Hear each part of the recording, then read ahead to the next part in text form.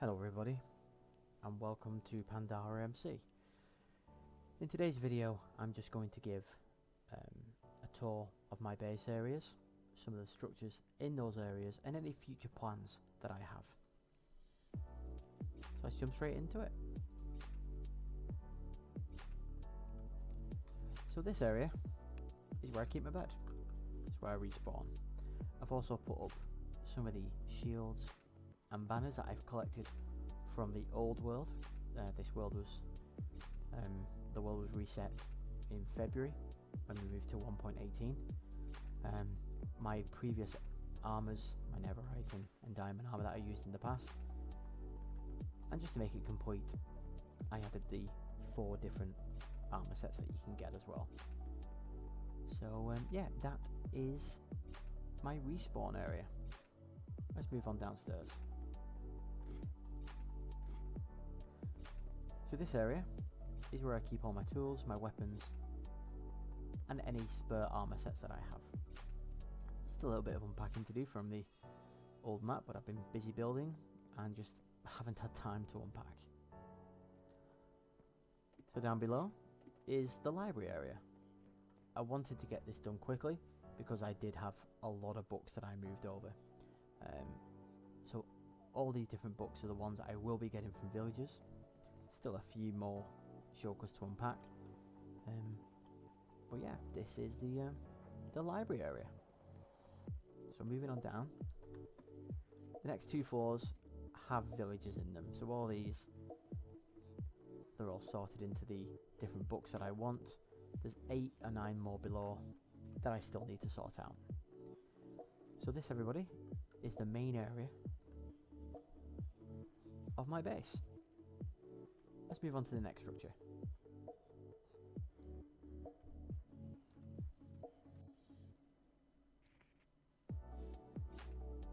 Okay everybody, this is my iron farm.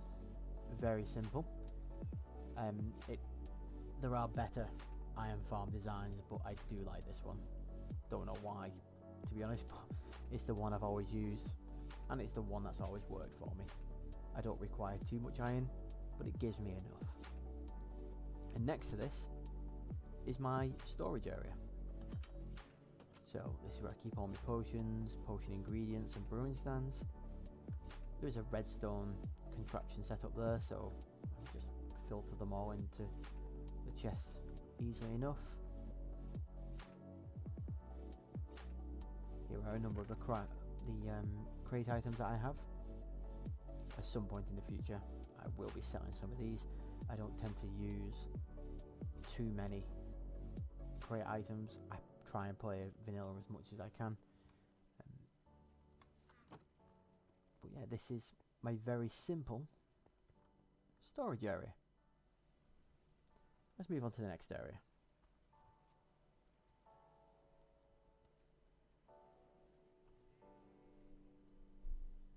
Okay everybody, so this is my spawner farm. So within this structure are 6 spawners. So in the far left hand side there are 3 cow spawners. They spit the cows out, drop down onto magma blocks, and that's how I collect my steak and my leather. And in the other 3 areas, so both on the right and the front left, are 2 zombie piglin farms and 1 creeper farm. Now, easiest way to get mob spawners are through crate items. So no matter what rank you've got, anyone can get crate keys, and then you have a chance, depending on which crate chest that you open, will depend on what chance you get of getting these pickaxes to mine the spawners. So yeah, I just thought I'd mention that. But this is where I get all my gold, all my leather, all my gunpowder, and it's a very efficient farm. It is open to the public. I don't mind people using this. I've recently created this little entrance, and all you do, run down the steps and stand on the gold block, and then they'll pop down and you just kill all the mobs that drop. And this, everybody, is my spawner farm.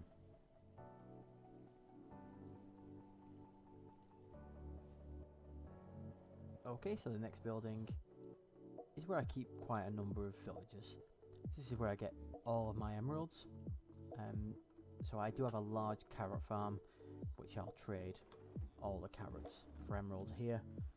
And I will use my gold and rotten flesh to trade here for emeralds. And from the cow spawners, I will trade all my leather. So I get really good trades, 1 leather, 1 emerald. So yeah, this gives me all the emeralds I need. People have mentioned maybe doing a raid farm for the emeralds. I like using villagers. You might discover with these videos when it comes to certain designs, I don't use those designs because they are the most efficient. I use them because I like them, and I've used them in the past. But yeah, very simple. Again, these were all converted to zombie villages, then moved back.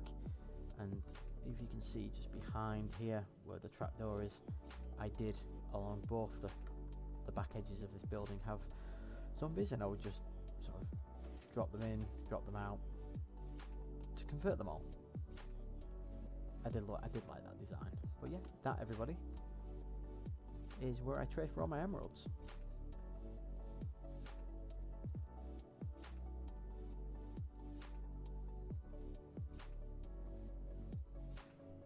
Okay, everybody, so the next part I'm going to show you is just the outer areas of my base.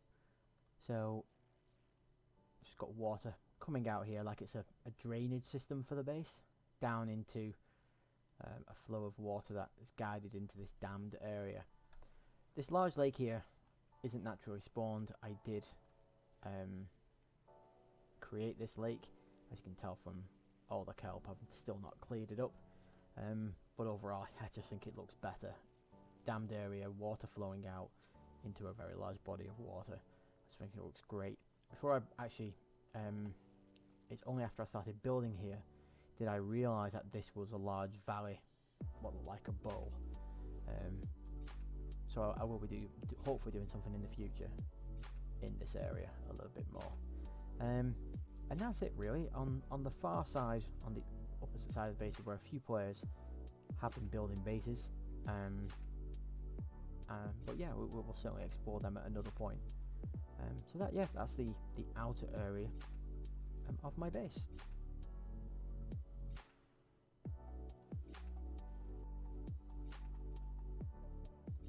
Okay, everybody, and for those of you that have seen the YouTube picture,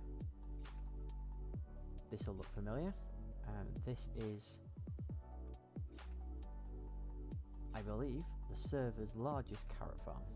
So as you can see, for what's in front of you, this is repeated underneath. It's 2 levels. I did think about doing 3 or 4 levels, but I can't tell you how long this took to dig out and make.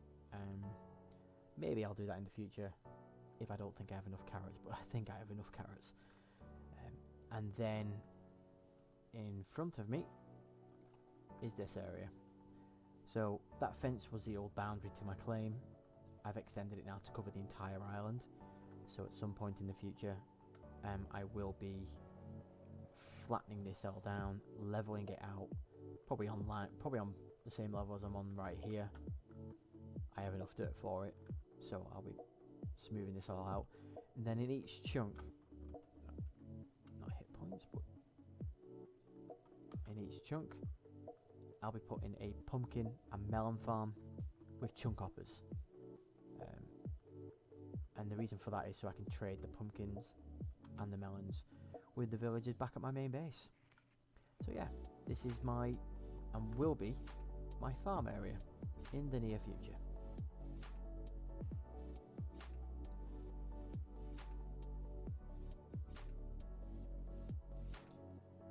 Okay, so this area I've not actually touched yet.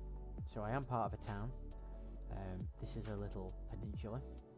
As you can see, just along the back, if you look at the very top of the screen, I will be cutting into the land to join those 2 water points, and then I'll be turning this island into something. Not exactly sure yet. Thinking lighthouse of some kind, a volcano, just a very big structure that can spend some time working on it. There are other buildings within the town, and I'll probably show those off at some point in the future. As you can see in the background, there's a white line going up and down the terrain. That just shows the boundary of the town. It's quite a large area, but yeah, this is my little plot, and I'll be doing something with this very soon.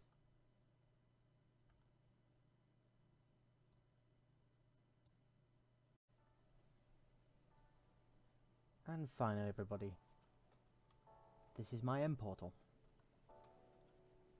All end portals and nether portals are open to the public. I claimed this as soon as I got onto the map and located my base.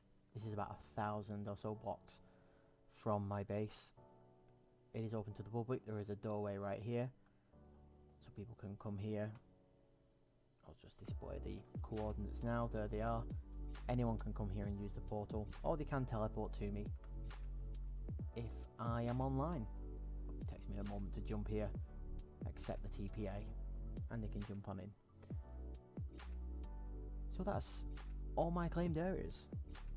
So if you did like this video, please like it, and if you want to see more content on Pandara, you can subscribe.